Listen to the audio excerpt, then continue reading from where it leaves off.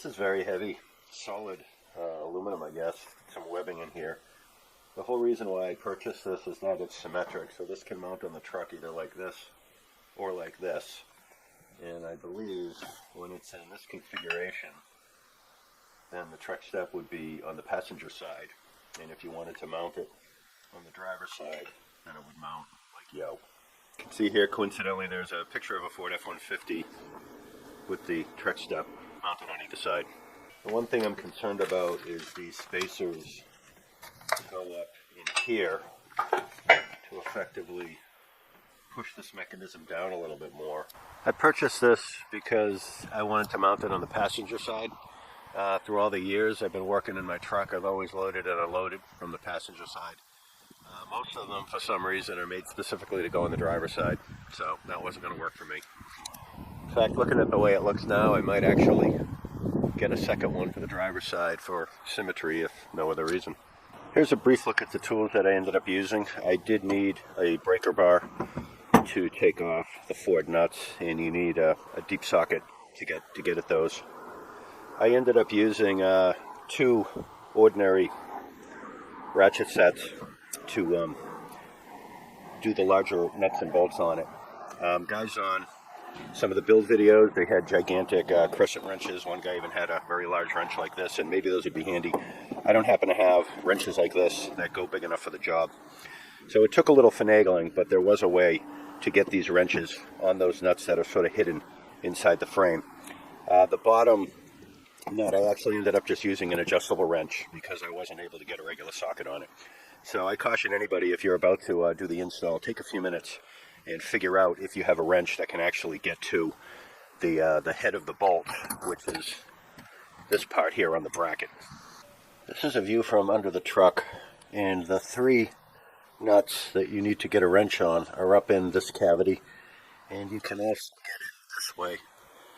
We found that the upper one, we had to go in this way with a wrench, and the middle one, we could go up through the bottom like that. But the lower one, ironically, the one that sits right here, I had to use actually an adjustable wrench because I couldn't get my socket this way or this way. So just be aware. Here's a bumper bracket. Ford puts these 2 little sheet metal clip things that apparently hold the bracket in place while they're assembling the vehicle. When I was taking this out, one of them got jammed in the hole between the bumper and the bumper bracket, and it was making threading the new bolts into the hole kind of difficult.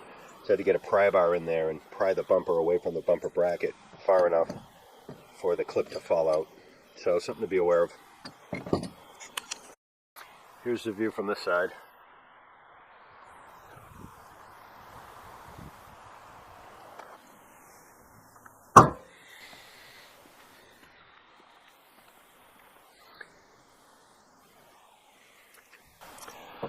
My truck has a trailer hitch, and part of the trailer hitch assembly is this tongue that holds this bracket.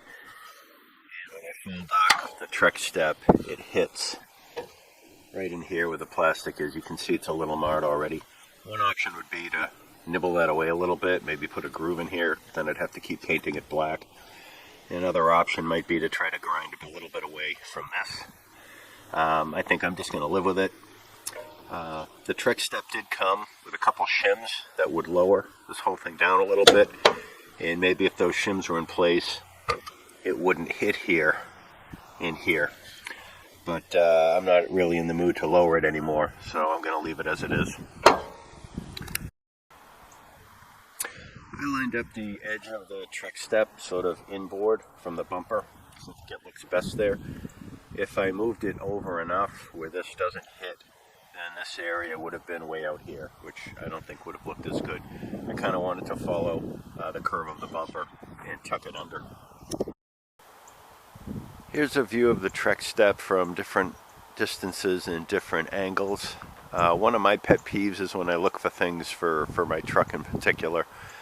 I find they don't give you a lot of good pictures or run a lot of good videos that show you what it looks like from different perspectives.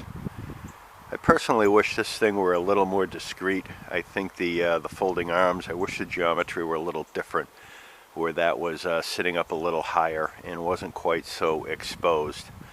But you know, it's not an OEM part, not made by Ford, and you know, I understand there are challenges associated with all that.